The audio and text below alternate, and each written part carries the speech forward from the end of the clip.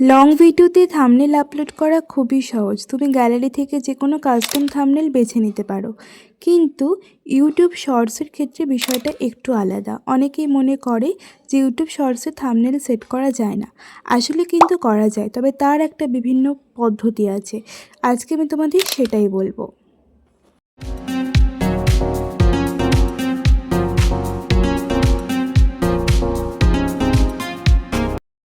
প্রথমে বলি, ইউটিউবে চলে আসবে। ইউটিউবে আসার পর তোমরা এখানে যে প্লাস আইকনটা দেখতে পাচ্ছ, এই প্লাস আইকনে ক্লিক করবে।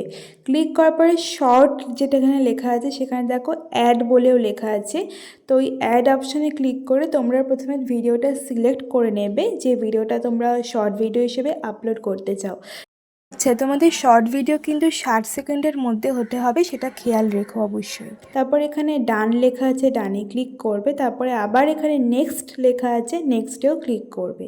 ক্লিক করার পর তোমাদের এবার থাম্বনেলটাকে চুজ করতে হবে। তার জন্য এখানে পেন্সিল আইকনে ক্লিক করবে। ক্লিক করার পর এখানে তোমাদের দেখাবে প্রসেসিং। তো এটা প্রসেসিং হতে দাও। প্রসেসিংটা কমপ্লিট হলে তোমরা কি করবে না, পুরো যে ভিডিওর যে ইন্টারেস্টিং যে পার্টটা তোমাদের ইন্টারেস্টিং লাগছে সেইটাকে তোমরা এখানে প্রথমে চুজ করে নেবে। দেখতে পাচ্ছ আমি এটা চুজ করে নিলাম, একদম লাস্ট ফ্রেমটা। এভাবে তোমরাও চুজ করে নেবে। তারপর তোমরা যদি এখানে অ্যাডিশনালি কিছু অ্যাড করতে চাও, তোমরা অ্যাড করে নিতেই পারো। যেমন আমি এখানে টেক্সট অ্যাড করে দিচ্ছি। আমার মনে হচ্ছে জায়গাটা একটু ফাঁকা ফাঁকা লাগছে, তো আমি অ্যাড করে দিচ্ছি বিভিন্ন কালার টেক্সটিং করে। আমি এখানে ডান করে দেব। ঠিক আছে, এটা তো আমরা সবাই ফলো করি এবং এইভাবে থাম্বনেল বানানো তো খুবই ইজি। ঠিক আছে, কিন্তু এটা থেকেও একটা ভালো প্রসেস আমি আজকে তোমাদের বলবো, যেটা বড় বড় ইউটিউবাররা করে। সেকেন্ড প্রসেসটা হলো, যখন তুমি একটা ভিডিও এডিট করছো, একদম সেই ভিডিও লাস্টে চলে যাবে।